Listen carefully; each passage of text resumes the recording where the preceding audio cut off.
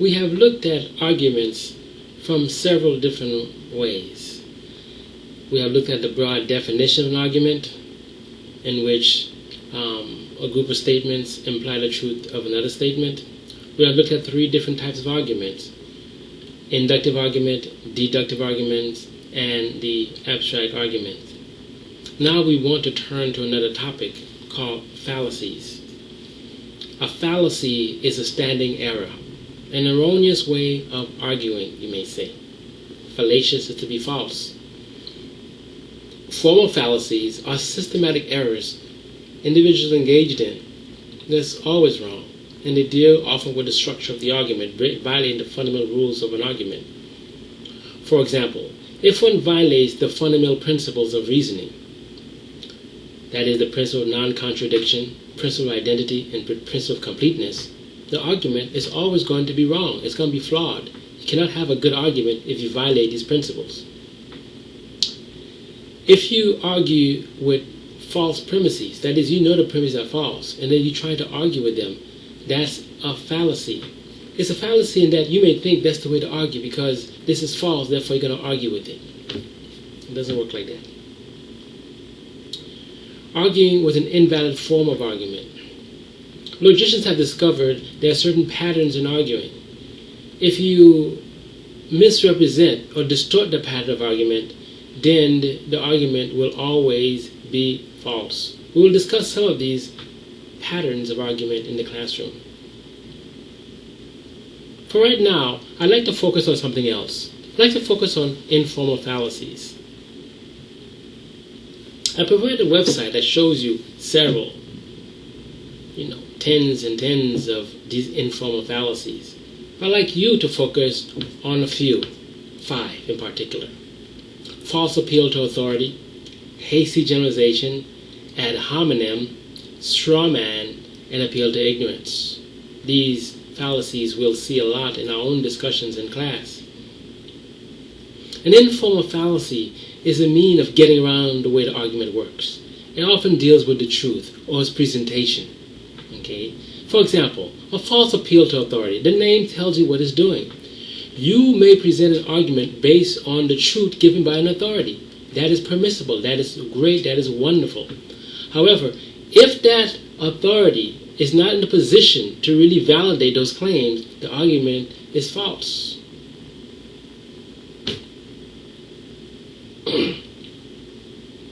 You go to your dentist to ask him or her to solve a math problem for you.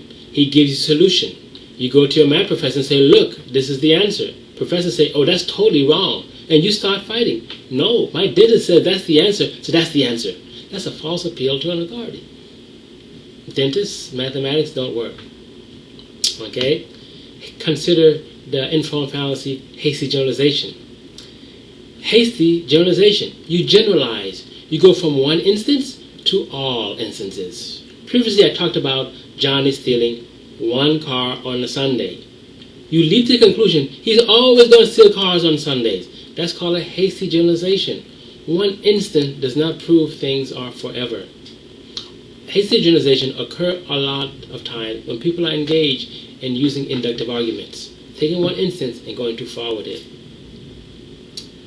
Another type of informal fallacy is called the ad hominem. Ad hominems are, sometimes people call it dirty politics. Someone presents an argument. Rather than attacking the argument, showing the reasoning is flawed, you attack the person. Character assassination is called.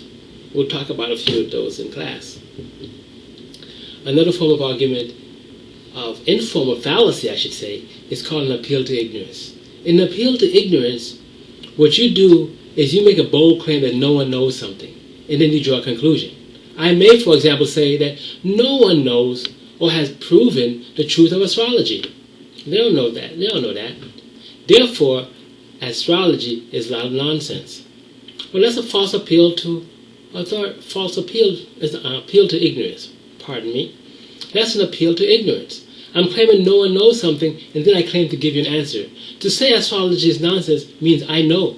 I know what is. I know the truth, and I don't. I says no one. That includes me. Another informal fallacy, and I do wish you would read the handout on these particular arguments, or look at the link that I have provided you on these arguments, these fallacies. The straw man fallacy. In the straw man fallacy, you take a person's argument, distort it, make it sound really, really bad, okay, and then say, look at this person's argument, it's bogus, it is bad, you know. Someone makes a claim, for example, that is, someone may claim that they support capital punishment. Their argument is that crime, violent crime, will be deterred by legalizing capital punishment. Someone else may come by and say, oh, I'm against Johnny's view of capitalism as a means of disciplining young people. You know, this is not the way we have to look at things. Some crazy thing like that. That is, rather than incarceration, counseling, we immediately look at capital punishment as a means of treating any youth which gets out of hand. In other words, the person creates the similarity of the argument. They go to the conclusion, but the premises that they produce to defend that conclusion is off. It's completely different. You know, the original person, to call him Johnny, supported capital punishment. But what the straw man argument does, okay, it gives you the conclusion with different premises, and it makes it sound very outlandish, and thus you run away from the argument. All of these and many, many more are called informal fallacies. I highly suggest you read more on this topic.